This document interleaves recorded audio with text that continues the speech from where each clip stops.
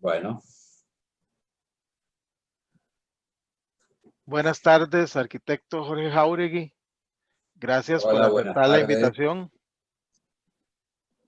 Eh, Quisiera hacer un pequeño paréntesis al iniciar, nada más para comentarlo.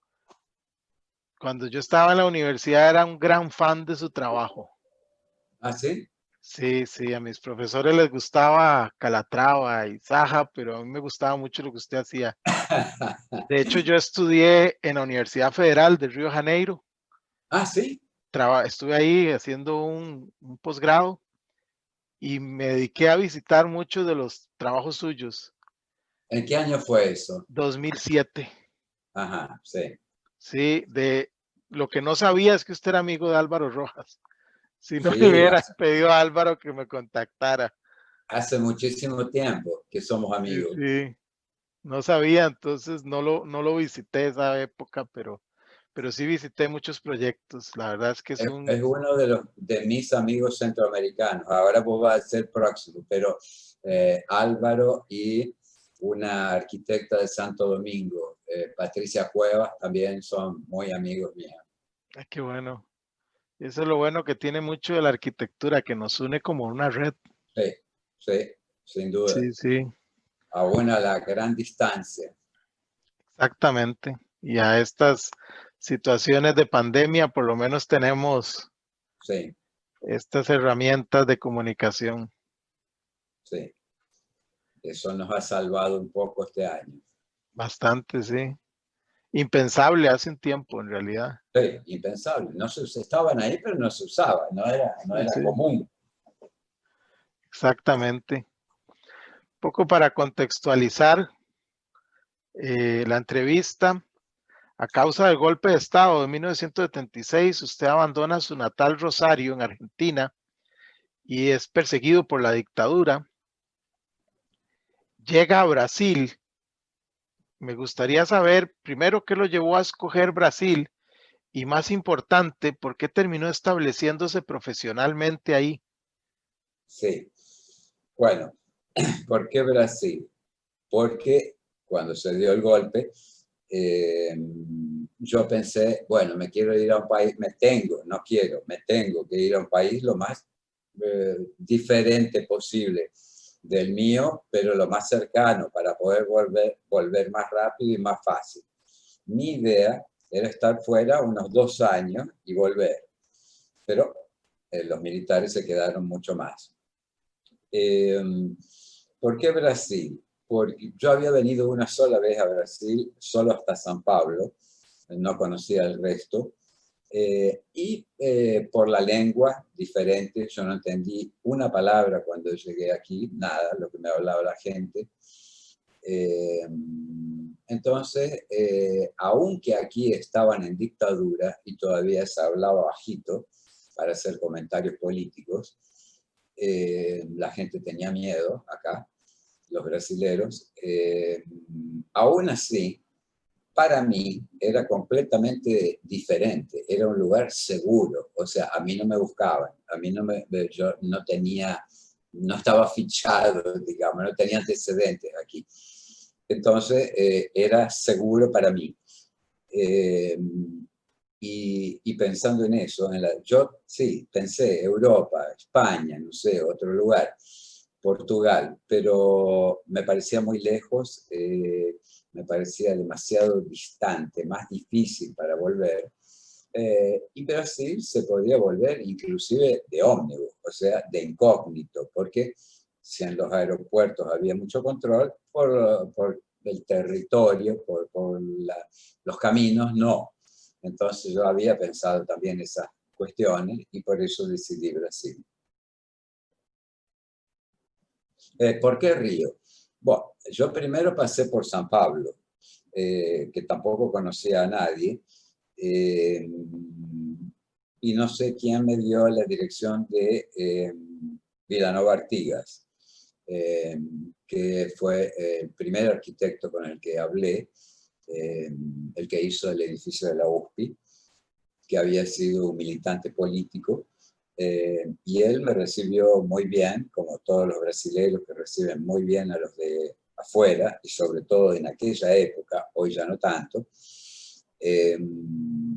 Vilanova me dijo, mira Jorge, no te preocupes con eso de la dictadura y esa situación. Y se levantó la manga de la camisa y me dijo, mira, estas son las marcas de la tortura que yo sufrí y estoy aquí. O sea, estoy de nuevo ahí. No, las cosas pasan, el tiempo pasa y cura las heridas, dijo él. Y eso a mí me quedó bastante grabado, porque claro, yo venía con mucha urgencia, no tenía ni un centavo, solo para la comida diaria, tenía que encontrar trabajo urgente, yo era apenas recibido en Argentina, por eso yo digo que en Argentina yo era militante político técnico, y acá en Brasil me transformé en militante técnico político, o sea, la política pasó a segundo lugar. Segundo lugar, pero siempre presente, claro. Entonces, después, cuando él me dijo eso en San Pablo, yo tenía la dirección de un arquitecto argentino que vivía aquí, que no lo conocía, pero sabía que estaba acá. Y lo fui a visitar a él, y él no tenía trabajo en ese momento, pero me acogió y a partir de ahí yo hice mi base en la casa de él y de ahí fui buscando, salí a buscar trabajo. Y en esa época, la verdad, se encontraba trabajo fácil acá. Y es así que, bueno, comencé a trabajar con un estudio, después con una empresa constructora, etc. Y fui entrando. Y como todo argentino que llega a un lugar y no tiene trabajo, lo primero que hace es organiza grupos de estudio. ¿De qué grupos de estudio se trataba? Era primero con otros arquitectos para estudiar cuestiones urbanas, leer, y eso es interesante porque fíjate vos, yo acá en Brasil hice mi procesamiento de lo moderno a lo postmoderno, a lo deconstructivo, a lo postestructuralista, o sea, toda mi formación teórica autodidacta la hice yo aquí en Brasil, porque en Argentina no tenía tiempo de dedicarme a la teoría, yo era un militante y estaba todo el tiempo en la calle, digamos, en la universidad y en el barrio. Aquí, entonces, que encontré el tiempo para poder hacer los estudios que me interesaban, y en esos grupos de estudio que organizamos aquí, hacíamos exposiciones. Yo estudié, por ejemplo, la Bahía de Guanabara primero, después el barrio de Botafogo, después el área portuaria de Río y varios otros lugares. Entonces hacíamos los grupos de estudios, dibujábamos, hacíamos propuestas para determinados sectores urbanos y después las exponíamos en centros culturales aquí de la ciudad.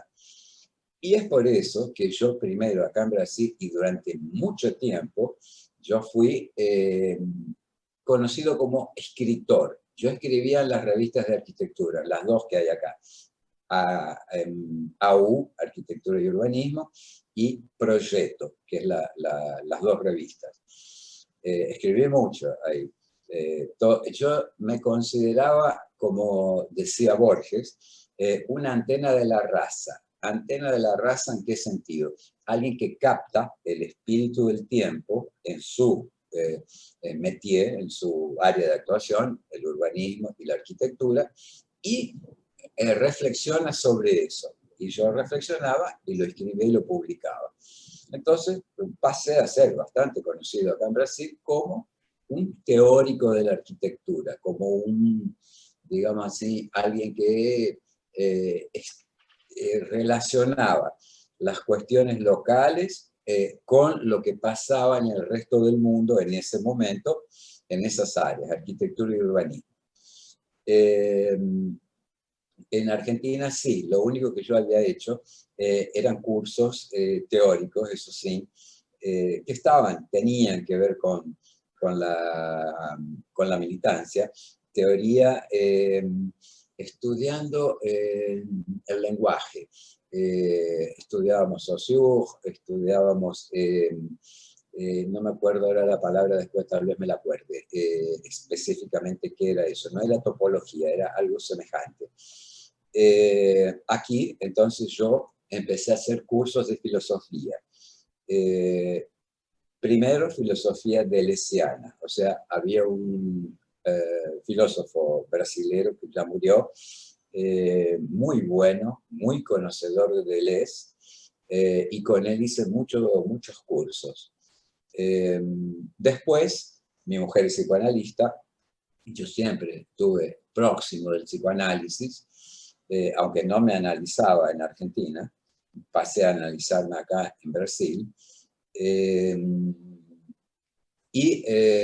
Claro, el psicoanálisis y la filosofía eran dos campos que yo estaba permanentemente muy relacionado. Y tanto que mi mujer con otros colegas fundaron una institución acá que se llama Letra Freudiana, que es la más importante de psicoanálisis, y que es una escuela de transmisión de conocimiento, se estudia psicoanálisis. En esa escuela, yo durante un buen tiempo, muchos años, coordiné un espacio de la escuela que se llamaba Intersecciones del Campo Freudiano.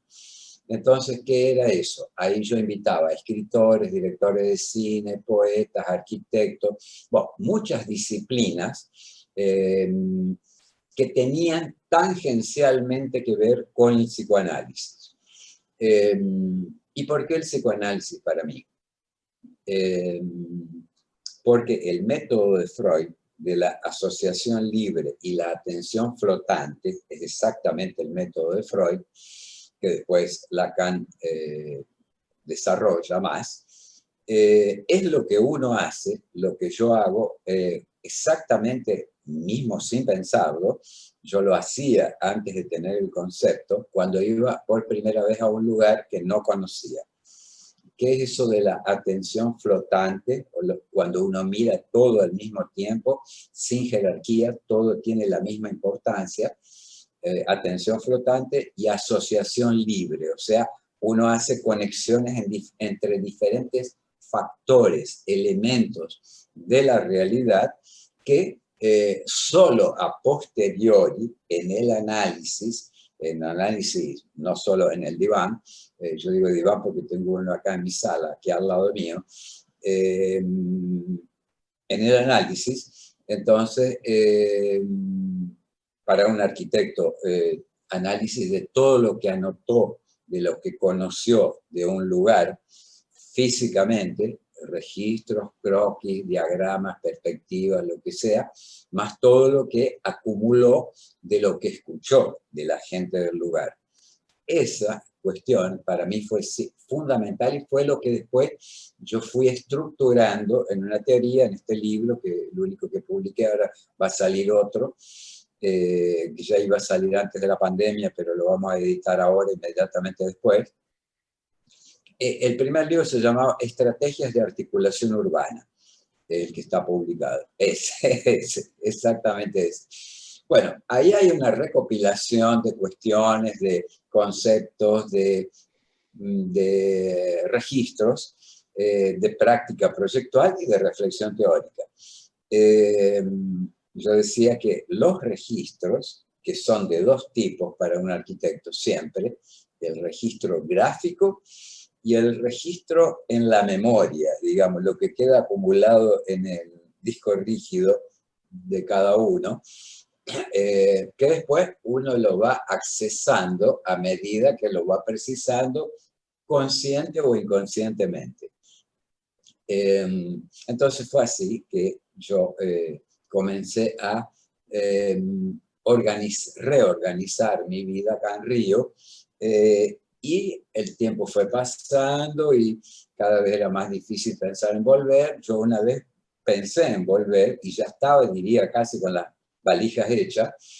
Justo vino la hiperinflación en Argentina con Alfonsín. Era en ese momento que yo había decidido volver. Tenía montado un esquema con un amigo en la provincia de Buenos Aires, donde íbamos a instalarnos para trabajar, pero la hiperinflación inviabilizó todo y ahí, bueno, después ya no pensé más, ya fue cada vez más difícil. Mis hijos ya estaban aquí en la escuela, las relaciones profesionales, todo lo demás. Volver a comenzar a reconstruir todo eso en otro país cada vez mismo que hubiera sido mi país original, ya cada vez era más impensable. Y así me fui quedando. Y claro, en Río, que no es cualquier ciudad, o sea, es una ciudad muy agradable, muy seductora, como vos la conociste, donde la gente es muy abierta, muy receptiva de la diferencia. Inclusive me acuerdo que yo cuando llegué en los primeros tiempos, era chiqui, esa palabra aquí brasilera, era chiqui hablar en otra lengua, y mismo en la lengua de ellos con acento, porque era lo diferente, era digamos así, como simpático. Y eso me recuerda a la primera experiencia mía en una favela. Yo acá, Justo de eso le iba a hacer la siguiente pregunta. bueno, la primera experiencia, ¿cómo fue? Yo trabajaba como cualquier arquitecto para la iniciativa privada aquí en Río, hasta que un determinado gobierno de centro, no era ni siquiera de izquierda, era un gobierno de centro, podríamos decir, relativamente progresista, cuando la cuestión socioespacial acá en la ciudad se tornó insoportable para la clase media, o sea, los tiroteos, la inseguridad, los tiroteos en la favela, en los morros, en los cerros, se le caían literalmente en la cabeza de la clase media. Tal es así que una vez yo estaba en la casa de un amigo en Ipanema, estábamos ahí de noche comiendo, no sé qué, y de repente un barullo que en el prisma del edificio, era un edificio alto, en el prisma cayó alguna cosa. Ahí después llaman por teléfono de la portería del edificio y nos decían que se había caído un cuerpo. O sea, se habían baleado arriba del morro los traficantes y uno había caído muerto ahí. Entonces, fue en ese momento que la Municipalidad de Río decide tomar la iniciativa de urbanizar las favelas. No más ya pensar en retirarlas de donde estaban porque no tenían ni condiciones económicas para sacar tanta gente de su lugar. 1,5 millones de personas viven en favela en Río. No hay dinero, no tendrían ni que lo financie el Banco Mundial ni ningún banco para poder retirar, demoler todo eso y construir en otro lugar. Por lo tanto, llegaron a la conclusión de que lo más lógico era tentar urbanizar, tentar mejorar la condición de vida de la gente de las favelas en esos lugares. Y así surgió el programa Favela Barrio, que fue modélico en ese sentido y que abrió un espacio que no existía. Ningún arquitecto aquí en el país trabajaba con urbanización de favela. No había clientes, llamemos así, para ese trabajo.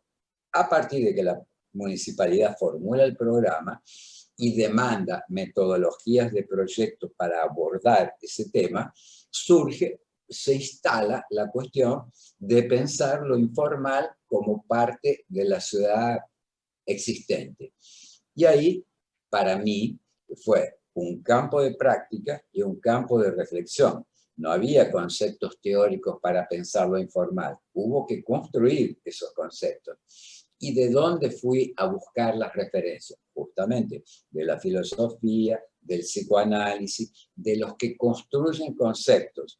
Porque los arquitectos no construimos conceptos, usamos conceptos que vienen de otros campos. Esos campos que construyen conceptos. Deleuze decía, la filosofía construye conceptos, la ciencia construye funciones y el arte construye agregados sensibles.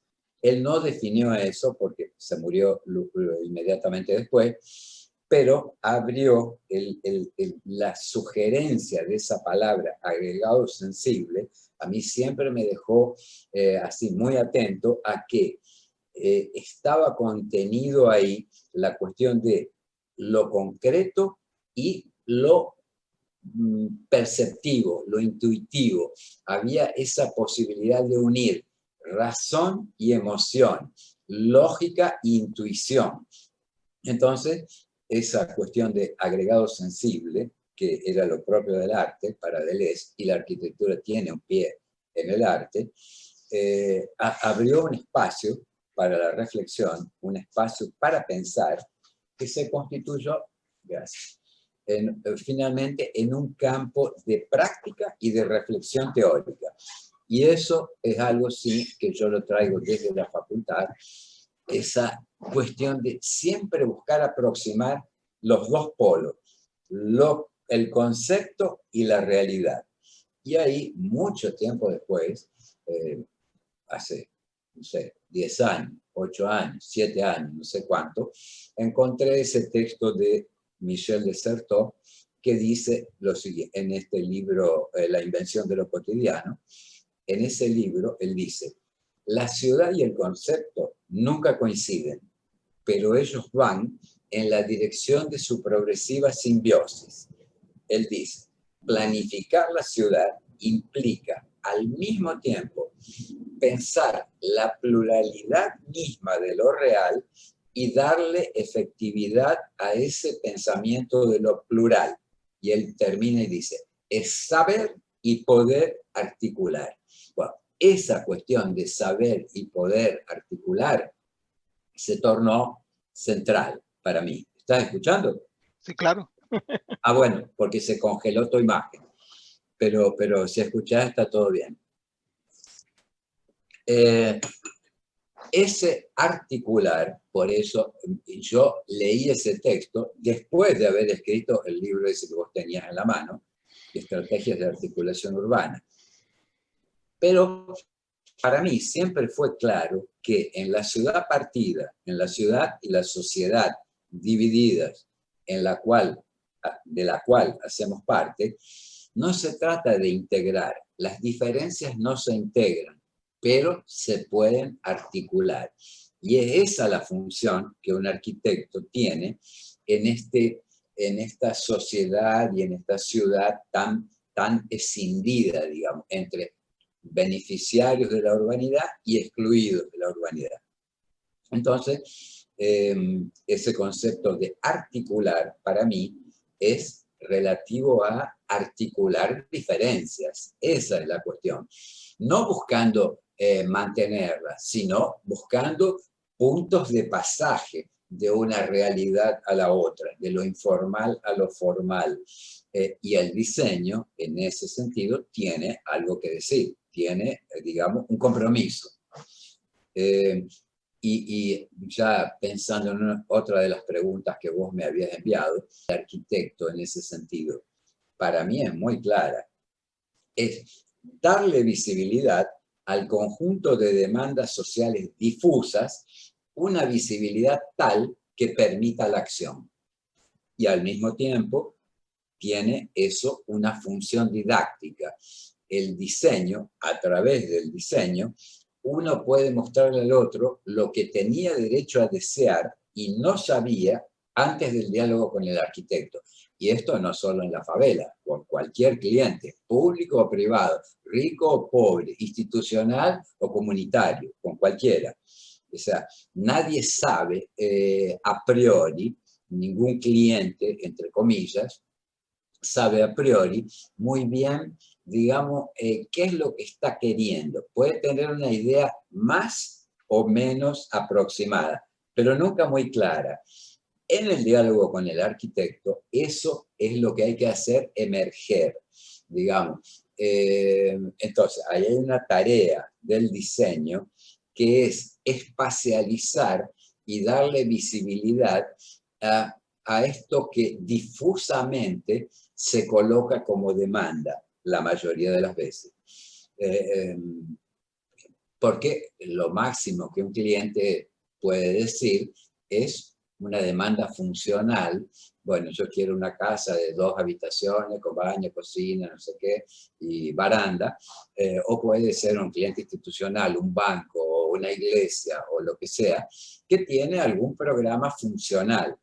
pero difícilmente tenga asociada a esa demanda funcional, digamos, una idea, por más borrosa que sea, de una espacialización y de una formalización de esa idea. Esa es justamente nuestra tarea, darle forma a esa demanda difusa, individual o colectiva, es lo mismo. Ahí yo creo, sí, que el diseño tiene una función social muy clara. Sí, claro. Me parece, estoy totalmente de acuerdo con lo que usted está diciendo. Y creo que los arquitectos desde ese punto de vista pueden hacer mucho más. Por Sí, ejemplo, en estos tiempos de pandemia, sí, me encontré en su página una sección que se llama Escritos de la Pandemia, sí, donde usted hace como una especie de diario sí, de sus ideas o lo que va encontrando, temas urbanos, temas políticos, sobre lo económico. sí. Lo sé que es mucha información, porque incluso no he podido terminar de leerlo, pero ¿cómo ve usted esto de la pandemia desde el punto de vista del arquitecto, Sí. de la arquitectura? A ver si No, nos diera sí, ese resumen. sí. Digámoslo así. Eh, Como yo te dije, yo ya venía siempre haciendo una tarea acá en mi estudio, acá atrás mío, en la mesa de trabajo. Yo siempre tengo dibujos, proyectos que estoy haciendo y papeles donde voy escribiendo. Yo paso directamente y constantemente del proyecto a la reflexión teórica. Es un ejercicio de sanidad mental, diría yo. Eh, que recomiendo a todos los arquitectos. Si uno queda solamente en el proyecto, se va saturando. Y si queda solamente en la reflexión teórica, también. Lo deseable para la práctica de un arquitecto urbanista, paisajista, es hacer siempre el vínculo entre teoría y práctica, aproximar siempre esos dos polos que nunca los vamos a tener totalmente superpuestos, pero sí que los podemos siempre aproximar. Esa tensión que yo decía en la citación de Michel de Certeau, que la ciudad y el concepto no coinciden nunca. Claro, y tampoco el proyecto y la reflexión teórica. No hay un concepto que dé cuenta totalmente de un proyecto, pero uno busca conceptualizar lo que hace y hace tentando aproximar de un concepto, de lo urbano o de lo arquitectónico. Entonces, esa tarea es una tarea intelectual, una tarea de, digamos así, responsabilidad social de una práctica profesional que tenta dar cuenta a la sociedad de aquello que hacemos en nuestros estudios, en nuestros gabinetes de trabajo. Un poco como el psicoanalista hace cuando, además de atender a la gente en su diván, en su consultorio, después escribe, después da cursos, después da, ahora vos hablabas de la pandemia, después hace Zoom, hace postages, de la cual estamos bastante cansados, digamos, de paso. Yo espero que rápidamente podamos volver a lo presencial, que no sustituye, no hay ninguna técnica, ninguna imagen, ninguna intermediación de la comunicación humana que pueda sustituir el ojo en el ojo, o sea, lo presencial, que es otra forma de comunicación, que envuelve más allá que solamente lo que se dice, el lenguaje y una imagen. Hay otros sentidos en juego en lo presencial que no pueden ser sustituidos por lo digital. Eso es un límite así, y para nuestra profesión eso es muy grave porque los proyectos se resienten de la discusión en equipo, de la discusión grande, de la discusión ampliada, hacer la discusión cada uno en su casa, en home office, es completamente diferente y empobrecedor. Entonces, bueno, yo decía, espero que este año podamos volver a la cosa seria de lo presencial. Esto de lo digital fue un sustituto, fue una forma que se encontró de driblar una situación para la cual no habíamos sido preparados, no habíamos tenido instrucción, digamos así. Y todos somos aprendices en esto. En el sentido de que, pues se puede descongelar la imagen todos somos aprendices en el sentido de que, bueno, creo que finalmente nadie está demasiado conforme con esto de la conexión virtual. Aquí estamos tratando, ¿vos estás escuchando? Sí, sí, se congeló la imagen, nada más. Sí, creo que el audio está funcionando bien. Bueno, perfecto. Seguimos en lo audio, sí, sin imagen. Eso me permite encenderme un cigarrillo más. Entonces, sí, decía, vos me preguntabas, ¿cuál era exactamente la última pregunta tuya? ¿Cómo ve, por ejemplo, usted cree que volvamos a lo mismo o volveremos a algo diferente después de la pandemia? Sí. Bueno,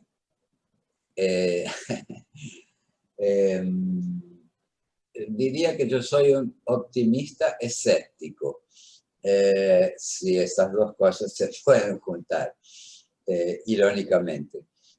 ¿En qué sentido? Ya veníamos por un camino que no era de los mejores, digamos así, en lo social y en lo urbano, en el mundo.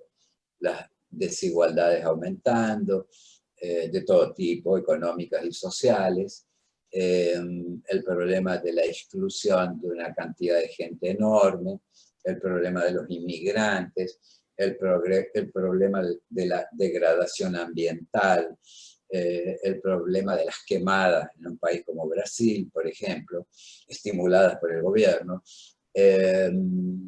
Bueno, en el mundo entero había millones de problemas. Claro, la pandemia los agudizó, los puso más en evidencia, hizo surgir otros en paralelo también.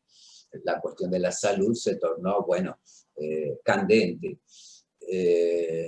Pero digamos que no se inventó, los problemas no se inventaron ahora, los problemas ya venían, se agudizaron apenas. Y eso redobla la necesidad, la demanda de respuestas coherentes. ¿Qué son respuestas coherentes para mí? Respuestas que tengan un pie en la realidad, que partan de una lectura seria de lo existente y apunten caminos, posibilidades, un abanico de posibilidades para transformar, para mejorar, para resolver esos problemas. Entonces, digamos así, con la pandemia, lo que vino a ponerse muy en claro para nuestra profesión es que tanto en lo individual, dentro del dominio de cada uno, su espacio de habitación, su casa o lo que sea, apartamento o cualquier habitáculo, de un lado, lo individual, y de otro, lo social, el espacio común, la ciudad, el espacio público, la calle, el mercado, los sistemas de transporte y el medio ambiente, siempre muy contaminado, más allá de lo deseable, y ahora después tendríamos que hacer un comentario sobre Honduras, sobre eso. Colocaron en el tapete claramente la necesidad de articular esto individual, la dimensión individual de la vida con la dimensión colectiva. Entonces tenemos dos demandas: readecuar los espacios interiores, los espacios de la habitación que sumaron el trabajo, la recreación, la reunión, lo que acá se llama el esparcimiento, digamos, en situación de confinamiento, que hizo con que un filósofo que yo leo a veces, Massimo Cacciari, un italiano, llamó la casa es un infierno. O sea, para muchos, con la pandemia, la casa se transformó en un infierno. Claro, uno lo puede pensar muy fácil, quien está solo o con su pareja solamente pudieron manejarse bastante bien, pero los que tenían niños de diferentes edades, pequeños, medios, grandes, y tuvieron que convivir todo este tiempo encerrados, ahí el problema se tornó bien grave. Y ni hablar del hecho de tener que trabajar en la casa. Y eso si trabaja uno de los dos en el matrimonio que sea de cualquier tipo, de diferentes sexos, del mismo sexo, independiente de eso, el trabajar en la casa para el hombre o para la mujer o para los dos, se transformó también en un problema. ¿Cómo encontrar el espacio individual para poder trabajar en cuanto la familia continúa funcionando? Fue un drama y continúa siendo en este momento mismo, donde todavía una gran parte de la población del mundo está en confinamiento. Menos duro que al inicio, sí, más o menos. Cada país se viró como pudo, digamos, usando esa palabra brasilera de virarse, arreglárselas. Entonces, en ese sentido, lo individual, el espacio habitacional, es un tema a ser completamente reconceptualizado. Y eso implica repensar todas las funciones de la casa, del espacio habitacional, garantizando privacidad, trabajo, todas esas otras funciones que yo nombré, más la cuestión de el vínculo con lo colectivo, que puede ser la puerta de la calle en una casa, entre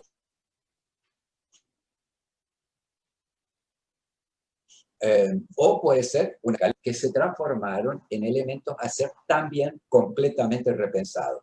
La escalera no puede ser nunca más un espacio solamente funcional. Es un espacio a partir de ahora tan importante cuanto el espacio de la sala, el dormitorio, la cocina, etc. Entonces, de un lado, nuevas tareas, nuevas obligaciones de repensar las funciones, de manera, diría, genealógica. O sea, ¿qué es lo que está asociado primero con el concepto casa? Y después con cada uno de los conceptos que constituyen la casa. La sala de estar, el dormitorio, la cocina, el baño, la circulación, la escalera, si la casa tiene más de un nivel. Entonces, todo eso tiene que ser absolutamente repensado. Al mismo tiempo, en lo urbano, el vínculo entre el edificio y la ciudad pasa a ser una cuestión central. O sea, no más solamente el exterior y el interior, la puerta, el hall, los ascensores, la escalera. Ahora, y dependiendo de la densidad, de la cantidad de pisos que cada edificio tenga, habitacional o de oficinas, o hospital o lo que sea, escuela, universidad, todas las otras funciones, tienen que ser completamente repensadas, inclusive en su concepto mismo. Yo me acuerdo cuando yo estudiaba, leía a Louis Kahn, que él decía, él contaba, que en una entrevista, que cuando él iba a enfrentar un nuevo tema, cualquiera, una casa, una iglesia, una sinagoga, los laboratorios Richard o cualquier cosa que fuera, él hacía como que una vuelta a cero del concepto y se recolocaba para repensar exactamente genealógicamente lo que estaba embutido en ese concepto casa, laboratorio, iglesia o lo que sea. Y no sé si es verdad o no, pero a mí me vendieron ese cuento de que él tenía al lado de su sala, en el estudio, una otra sala donde había un filósofo.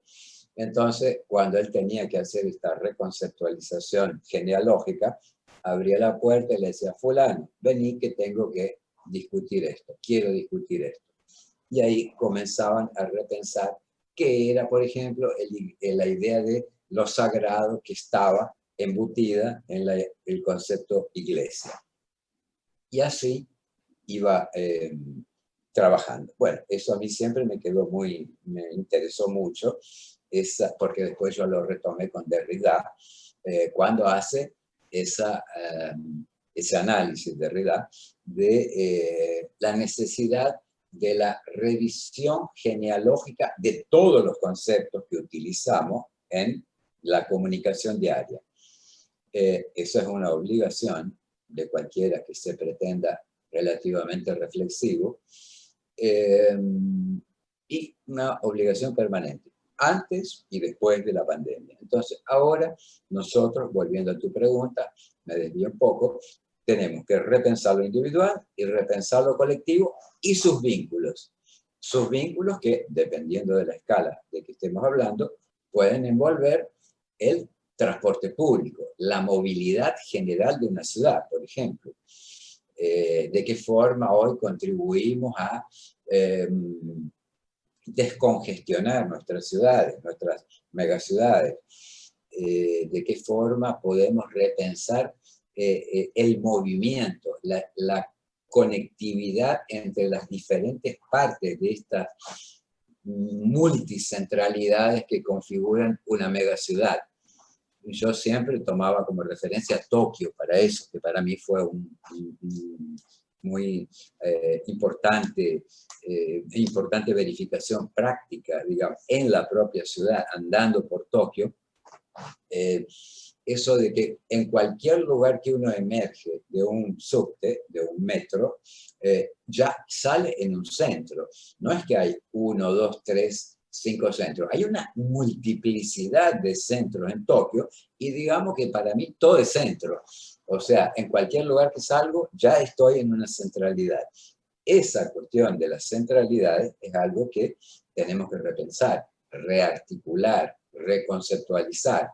¿De qué manera podemos reducir, de un lado, la necesidad de los desplazamientos y de otro, controlar esta desgracia del automóvil que obligó a fragmentar demasiado las ciudades?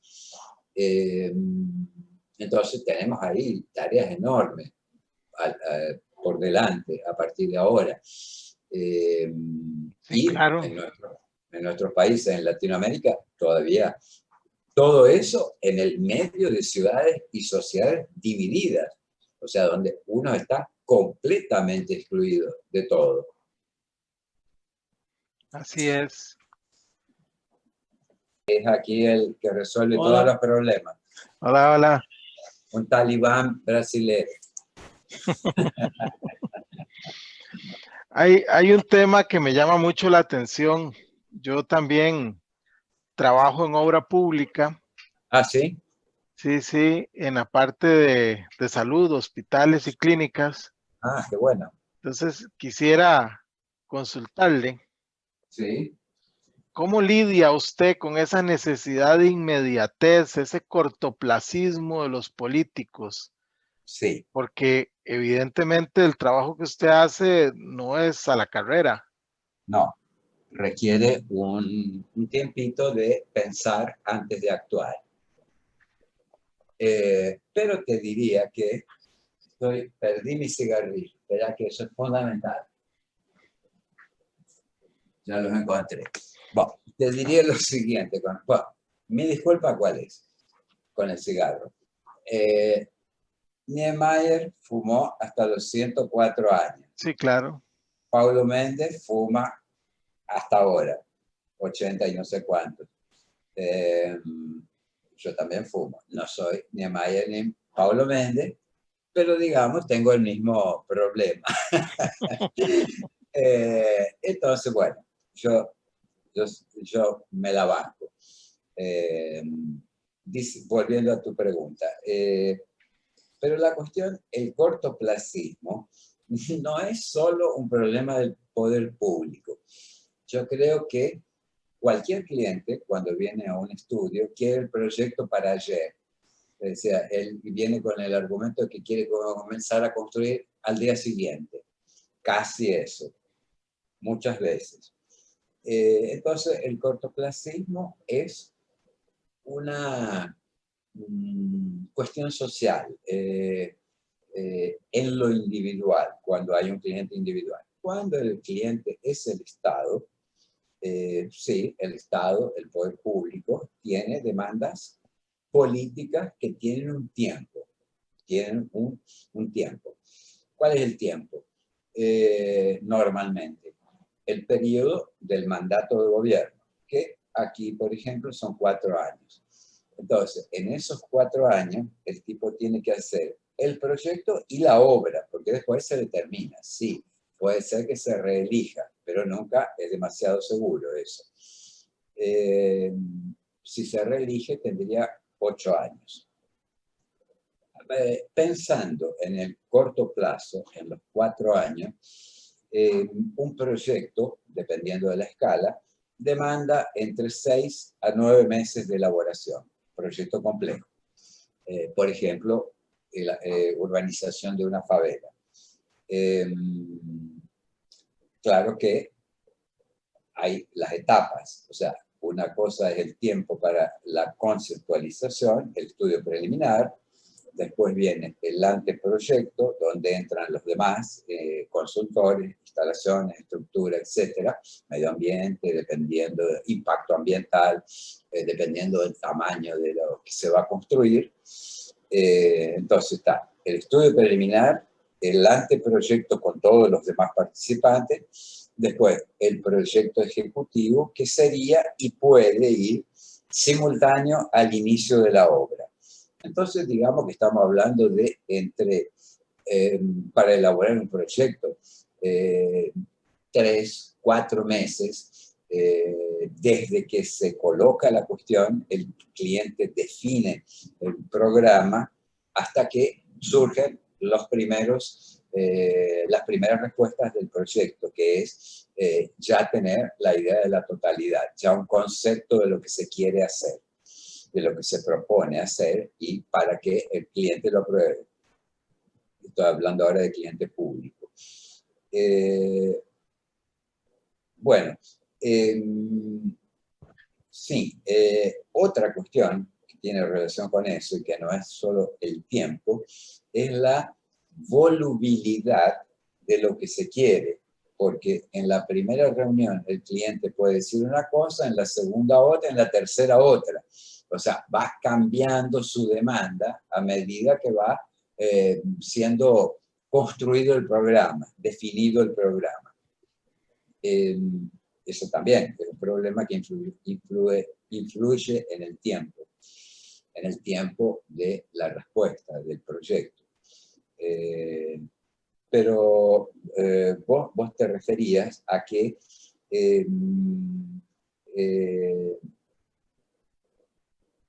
repetime exactamente a qué punto. ¿Cómo es que lidia usted con esa necesidad de inmediatez que Sí. rige los proyectos públicos? Sí.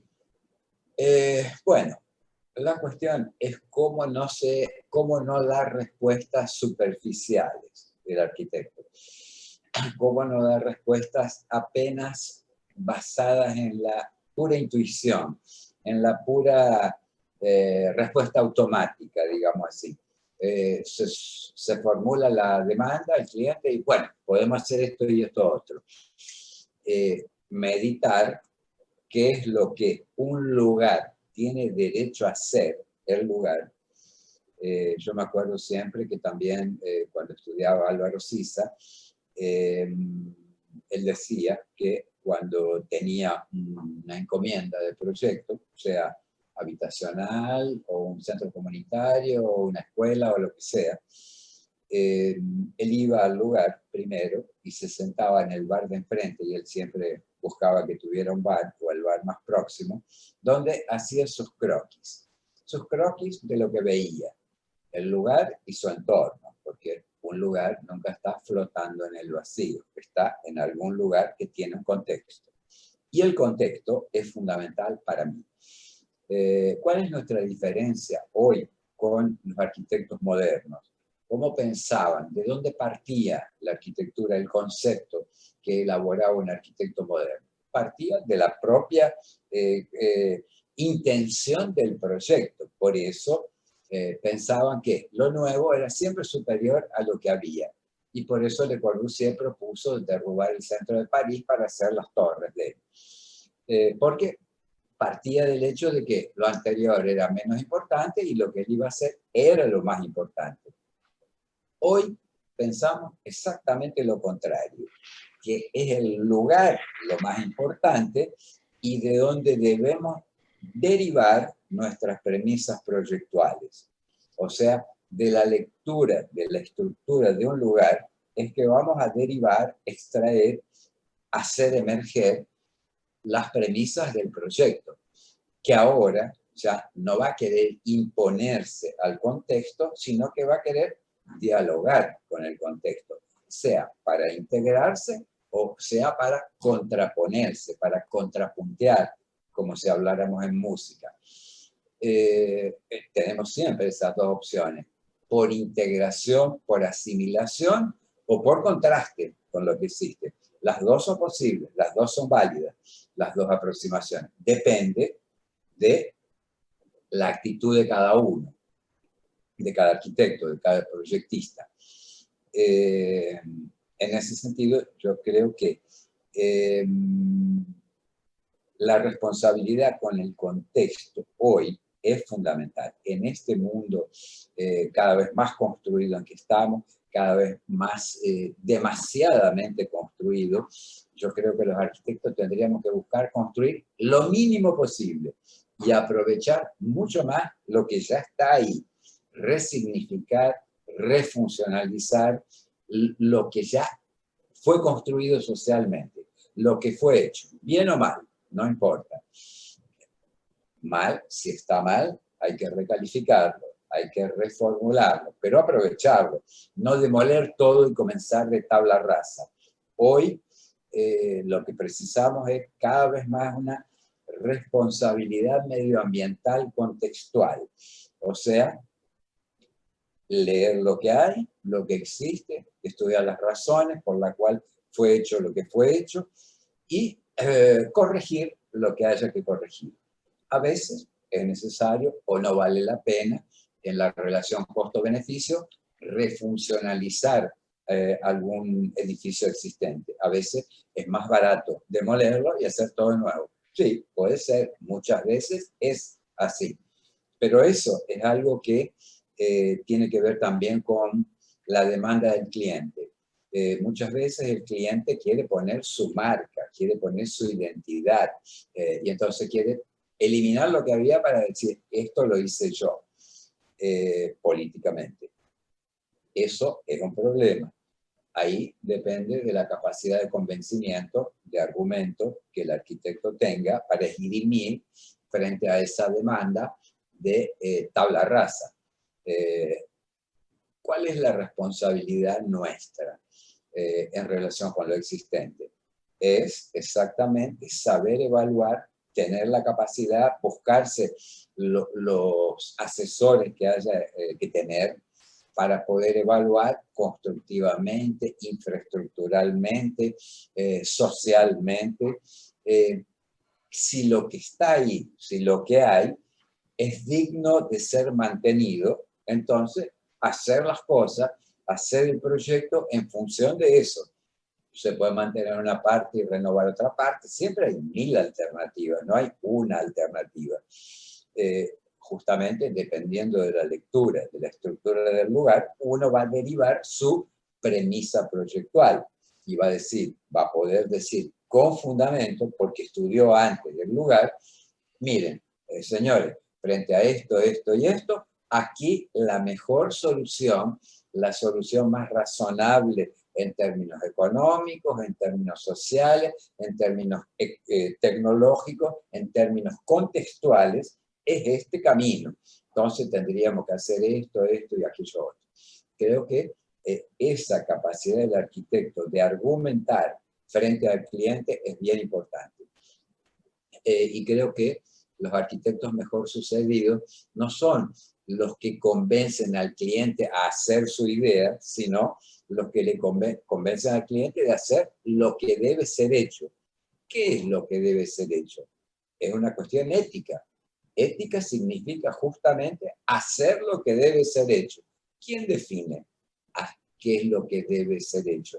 Nuestra inserción como ciudadanos, como sujetos en las sociedades de las cuales hacemos parte, o somos llamados a intervenir. Si no hacemos parte, vamos a ser parte circunstancial durante el tiempo que demande la elaboración y la construcción del proyecto de esa otra sociedad de la cual no somos ciudadanos, digamos, directamente, pero que tenemos la responsabilidad de sí saber leer y saber hacer lo que el lugar tiene derecho a hacer, sin imponerle sacrificios económicos, sociales, urbanos, ambientales, a todo un resto de una población.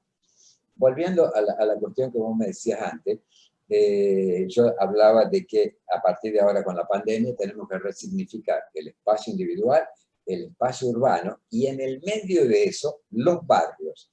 Yo creo que una cuestión que quedó muy clara, que queda muy clara a partir de la pandemia, es que los barrios precisan ser repensados en su función urbana, lo que significa que hay que leer la estructura general de la ciudad, el papel que cada barrio representa en esa estructura y repensar la centralidad de cada barrio. O sea, cómo evitar los movimientos desnecesarios, cómo civilizar al automóvil, cómo pensar el espacio público, la movilidad, en relación con la pandemia, reducir los puntos de contacto, de contagio, que son justamente las concentraciones para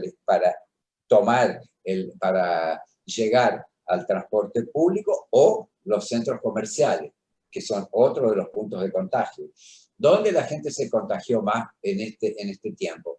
En el transporte público y en los centros comerciales. Claro, claro. Justamente, o las calles comerciales, donde el amontonamiento se produjo más, con más fuerza.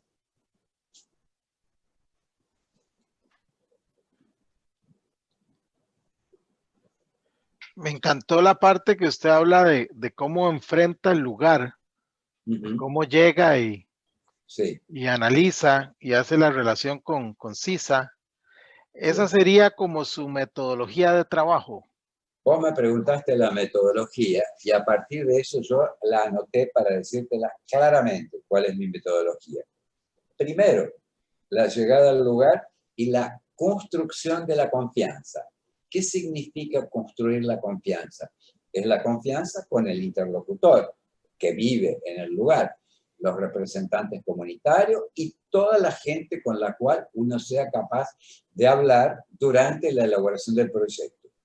Entonces, llegada al lugar y construir la confianza es el primer punto y el punto fundamental de cualquier proyecto. Si no se construye la confianza, el proyecto va a andar mal de los pies. El segundo punto es los recorridos por el lugar. El recorrido por el lugar siempre acompañado, nunca solo, siempre acompañado de los representantes comunitarios y de tanta gente cuando quiera sumarse a la caminada. En esa caminada uno anota lo que le dicen, lo que uno ve, hace croquis, registra, toma fotografía, hace de todo. Todo lo que pueda significar un documento después, un registro gráfico o sonoro. El tercer punto es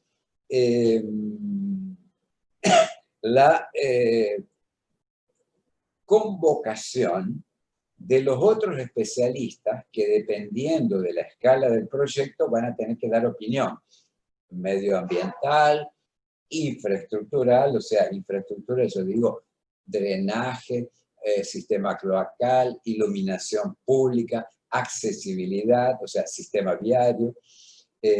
Para eso, no es solo el arquitecto que va a decidir, sino él junto con los otros. La primera caminada, a mí me gusta hacerla solo con la gente del lugar. Ya después, avanzando, cuando ya más o menos recorrí el territorio, ahí sí llamo a los ingenieros y a los otros especialistas que van a sumar puntos de vista a esta percepción primera que yo tuve.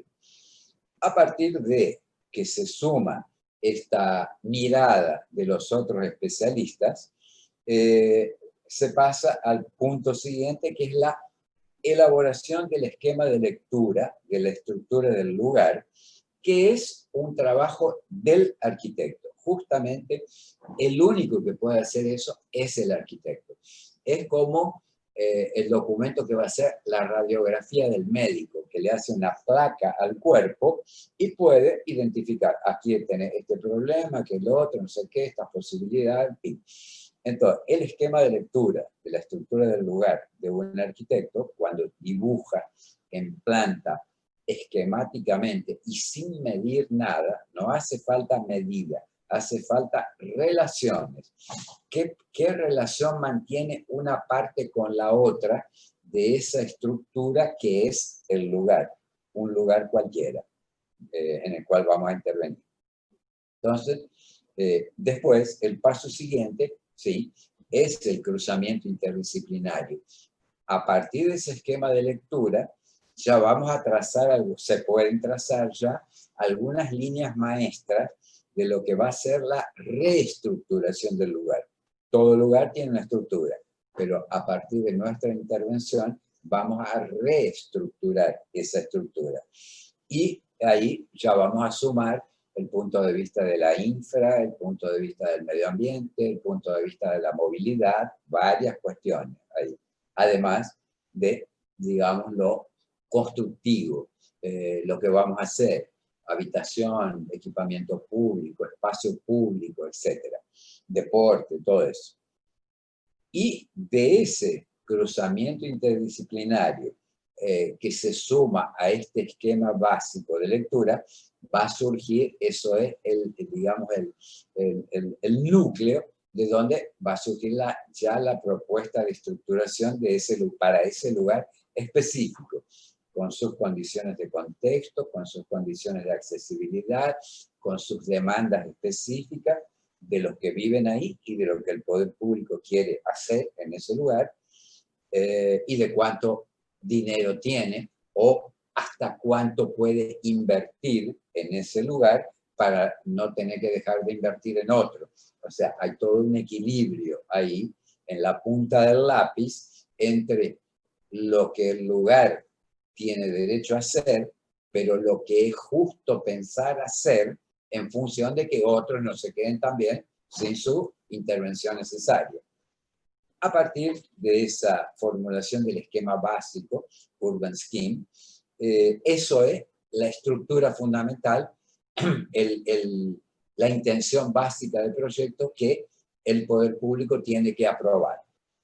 Cuando llegamos a este esquema urbano, a este esquema base, a partir de ahí el poder público tiene que decir, sí, esto quiero hacer, esta cantidad de habitación, este espacio público, el sistema viario, la infraestructura, etcétera. Y entonces de ese esquema urbano base vamos a ir derivando ya las propuestas de intervención donde cada especialista va a tener su acción específica. Sistema viario, infraestructura, iluminación pública, tratamiento de la basura, bueno, todo lo que un lugar demanda como proyecto específico. Y en un plazo X, por contrato, que yo ya te decía, para una favela grande puede ser Complejo de Alemán 9 meses, o para una favela media 6 meses, para tener el proyecto detallado con presupuesto, ya presupuestado para obras, para el poder público hacer la licitación de las obras. Y en el medio de ese proceso, una vez que las obras se inician, se va complementando el trabajo del arquitecto, el trabajo del proyecto, con las adaptaciones parciales que son necesarias siempre, sobre todo cuando intervenimos en lo informal.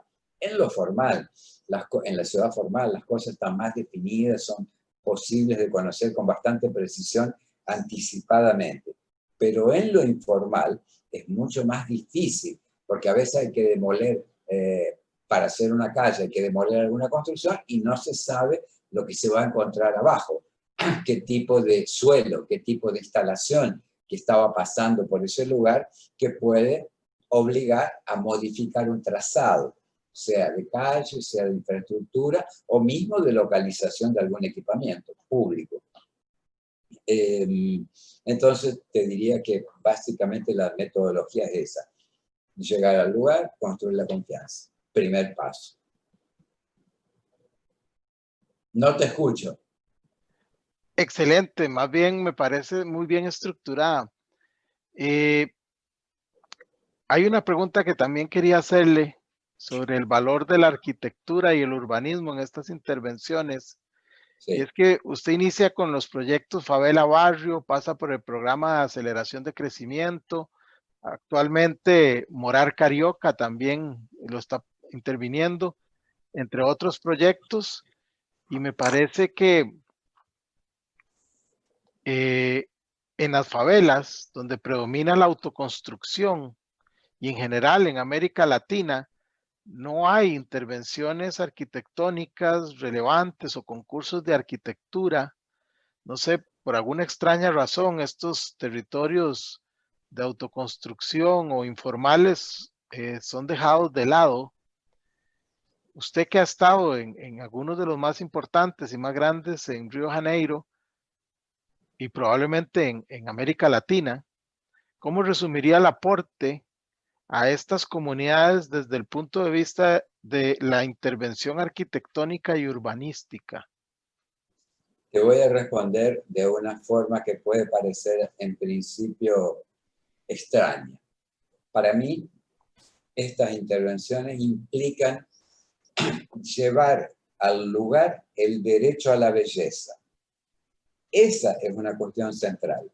El arquitecto, contratado por el poder público para trabajar para la comunidad, es el único que puede llevar belleza a esos lugares. Cuando digo belleza, no estoy excluyendo el derecho a la ciudad y a la infraestructura y a la habitación de calidad, claro que no. Pero esto me surgió, y lo pensé, caminando una vez por la favela de La Mangueira con los representantes comunitarios. Habíamos recorrido todo, habíamos visto los problemas y los lugares que podríamos utilizar para hacer los nuevos proyectos, y un dirigente me dijo: porque Jorge, La Mangueira es muy fea. Cuando él me dijo eso, a mí se me encendió una lamparita de que él estaba reclamando el derecho a la belleza junto con el derecho a la infraestructura, a la habitación, al equipamiento público, a todo el resto. No era un relleno hacerlo bello, no era hacerle una pintura o un maquillaje al final, no. Era algo estructural junto con lo principal.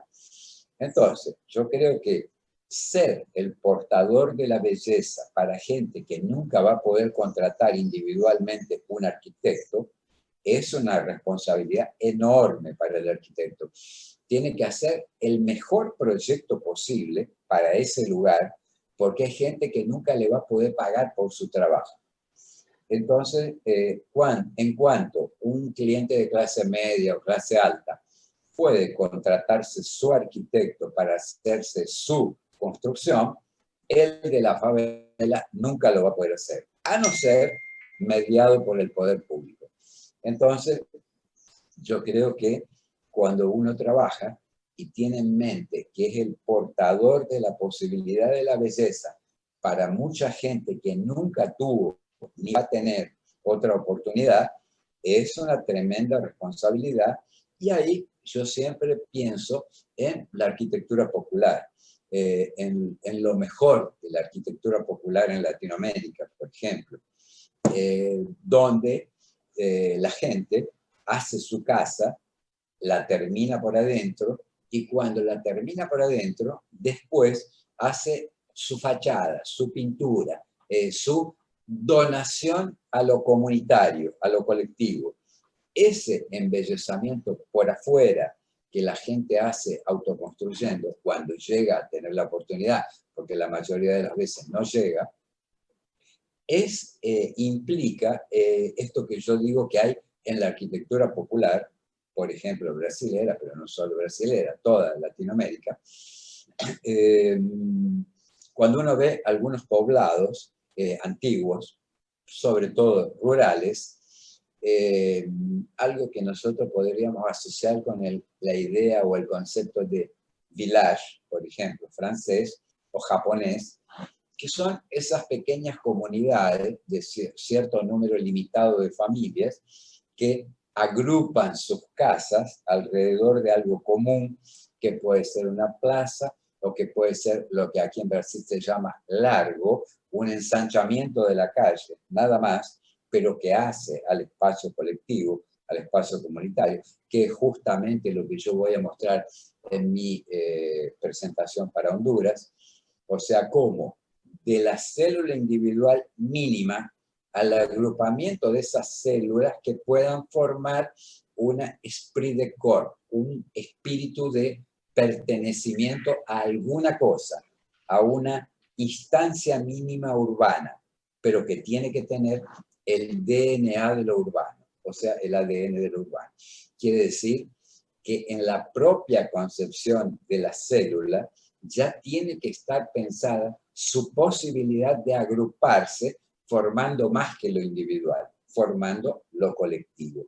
Entonces, sea este espacio pequeño, village, francés o japonés, a mí me gustaron mucho los villages japoneses que visité cuando estuve en Japón, eran, que yo voy a proponer para Honduras, era una calle que llegaba a un punto que se ensanchaba un poquito y estaban todas las casas alrededor, casas que para un lado tenían la fachada urbana y para atrás el campo de cultivo llegaba a la ventana de la casa. O sea, de un lado de la casa abría para el cultivo, para el campo, y del otro lado abría para lo que podemos llamar este pueblito, poblado, village. Entonces, yo creo que esa es una escala mínima. A partir de ahí, de ese agrupamiento de varios villages, o varios clústeres, como quieramos llamarlo, que se van distribuyendo en el territorio según la topografía, según las densidades, según las capacidades productivas de cada lugar, vamos a poder ir conformando fragmentos de ciudad que en algún momento podrán constituir un barrio, una parte integrada al resto del trazado urbano. Entonces, a mí eso me parece algo bien importante, cómo unir la célula individual, lo más íntimo, lo menor de un agrupamiento que ya contenga en sí mismo el principio del agrupamiento. Eso, tremendo desafío, siempre fue y va a continuar siendo, para pensar lo colectivo, para pensar lo común, común con C mayúscula, lo que es de todos, lo que pertenece al conjunto, lo que hace más que la sumatoria de individualidades, pasa a ser ese ser colectivo que finalmente va a devenir ciudad. Excelente, creo que eso se relaciona con mi última pregunta. Con toda su experiencia, tantas intervenciones en tantos barrios, yo le quisiera preguntar, ¿por qué en general las intervenciones de vivienda de interés social fracasan en América Latina? ¿Qué dejaron por fuera? ¿Qué ignoraron? Sí. Y tal vez una pequeña recomendación desde su experiencia de qué podrían hacer para hacerlo bien. Sí. Yo te voy a responder de la siguiente manera. vamos a comenzar allá atrás, antes de la llegada de los conquistadores a América. Cuando yo fui a México y fui a Teotihuacán, vi ahí las ruinas y había un pedazo, un resto, una ruina, de lo que había sido un agrupamiento de las casas, fuera los templos, que se llama sector habitacional. Yo eso lo dibujé, hice mi croquis en el lugar, y ese sector habitacional de Teotihuacán estaba estructurado en base a casas comunitarias con patios. Uno entraba a un patio y derivaba a 2 o 3 casas. Y después había una secuencia de otros patios. Esa casa primitiva, no primitiva por ser primaria, sino por primigenia, digamos, más que primitiva, primigenia, que fue lo que después Barragán leyó muy bien y dijo, bueno, yo parto de mi casa en Coyoacán, la casa que se hizo para él, que la estructura en base a patios también. Y a diferentes gradientes de intimidad. Diferentes gradientes de intimidad. En América Latina tenemos una experiencia histórica anterior a la llegada de los europeos, que ya estaba construida, que ya había sido vivida y experimentada. Después, haciendo un salto histórico bien grande, vamos y lleguemos a la modernidad. En la modernidad también fueron construidos agrupamientos bien significativos. Históricamente, en Buenos Aires, el conjunto de los Andes, de Fermín Beretervide, un agrupamiento de casas que era para funcionarios públicos, inicialmente, planta baja más 2 pisos, 2 o 3, no me acuerdo, con un concepto bien urbano. Con eso él construía ciudad, construía un pedazo de ciudad en un barrio que en aquel momento era periférico, más que hoy, no es más, claro, hoy es central. Entonces, Fermín Beretervide, conjunto de los Andes en Buenos Aires, un buen ejemplo de construcción de ciudad a través de lo habitacional popular, llamémosle. No pobre, era funcionario público, bajo salario. Después tenemos aquí en Río el conjunto Pedregullo de Reidi, que también, irónicamente, fue construido para funcionario público, ya con una variedad mayor de soluciones, ambiente único, 1 cuarto, 2 cuartos, 3 cuartos, 4 cuartos, esa forma ondulante en el terreno, arriba del morro, que marca el lugar, marca el territorio, construye una identidad de ese lugar. Es otra experiencia en Latinoamérica muy buena, y no era solo habitación, era habitación para los funcionarios de menor escalón, había otro sector para funcionarios de mayor renta, y estaba también la escuela con su gimnasio, la lavandería pública y un núcleo comercial. O sea, cuando Reidi pensó, no pensó solo la habitación, sino la habitación y el resto de las cosas necesarias, básicas para la vida en común. Después vino Previ Lima, que fue otra experiencia, sí, interesante, diferente, era solo basada en habitación individual, pero que podía crecer, que podía ser ampliada por el propio habitante a lo largo del tiempo, y que también, a su manera, construyó ciudad, construyó barrio, digamos, más que ciudad. Hoy, bueno, en cada país tenemos diferentes experiencias muy negativas como las de México, esa inmensidad de casitas reproducidas ad infinitum, solo por razones económicas, constructivas, negocio de empresa constructora, claramente. Otro mal ejemplo, el programa Minha Casa Minha Vida aquí en Brasil, también dejado en las manos de los constructores, de los empresarios, que escogían siempre los peores terrenos, los más baratos, para construir y ganar más dinero con esa construcción popular, que no construyó ciudad, que periferizó las ciudades, acá en Brasil, Y acá y en el resto de América Latina, lo mismo en todos lados. Los barriecitos separados, los country, toda esa basura urbanística. Entonces, ¿cuál es nuestra situación hoy?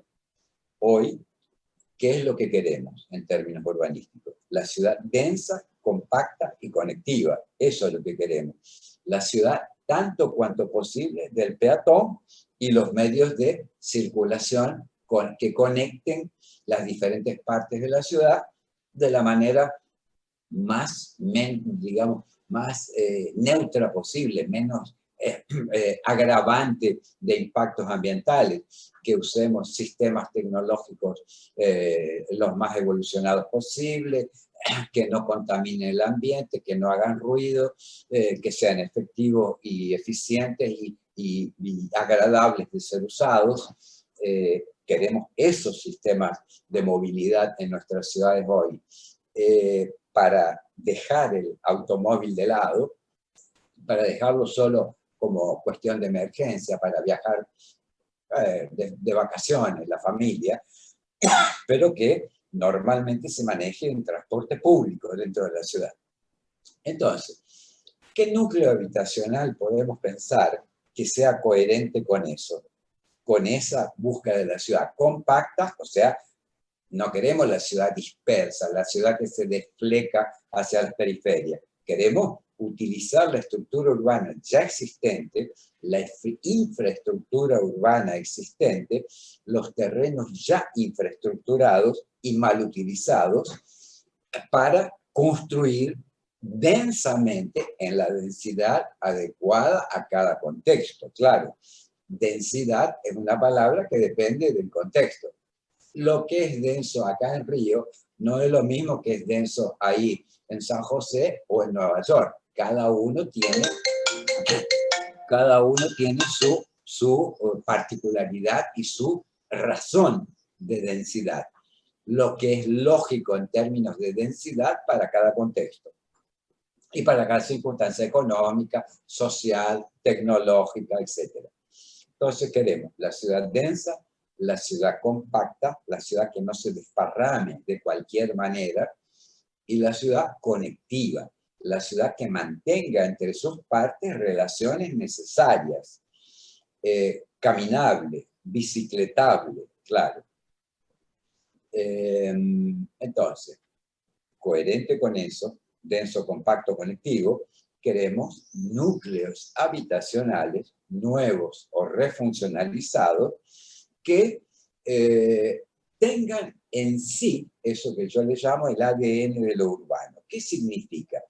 Que no sea un agrupamiento de individualidades, de células individuales que dependen solamente de la lógica propietaria, de la parcelación del suelo, sino que superando eso y a pesar de eso, hagan ciudad, hagan barrio, hagan núcleo habitacional compacto, conectivo, caminable, bien diseñado en sus componentes espaciales, manteniendo un equilibrio entre la horizontal y la vertical, que son las dos fuerzas que históricamente construyeron ciudad, desde Roma hasta hoy, la horizontal de lo que se repite de lo habitacional y la vertical de los puntos singulares que antes eran las iglesias, hoy son las torres corporativas, bancarias o lo que sea, pero que no tienen obligación de ser mal diseñadas como son las que están acá en el centro de Río. Podrían haber contratado un arquitecto que las piense. No, los clientes en general continúan actuando pensando que economizan en el proyecto. Entonces, ¿el proyecto quién lo hace? El constructor. Lo hace alguien que no fue capacitado para pensar la ciudad. Fue capacitado como máximo para pensar la célula individual, pero la célula individual no construye lo social. Lo social solo se puede construir desde otra concepción, desde otra formación profesional. Te respondo de esa manera. Fantástica respuesta. Bueno, don Jorge, yo creo que podemos quedar aquí. Disfruté muchísimo conversar con usted Fue un y gusto igualmente. tratar de entender ese razonamiento suyo detrás de esos proyectos. Se lo agradezco mucho. Fue un gusto. Espero que le sirva a la gente que lo pueda llegar a leer, que lo estimule a pensar, que nos haga reflexionar sobre nuestra América Latina y vamos a intentar ayudar a nuestros colegas en Honduras ahora el 23, el 22. Sí, excelente. Ahí nos veremos y lo Perfecto. felicito y muchas gracias. Un gusto, Luis. Hasta el 22. Hasta el 22.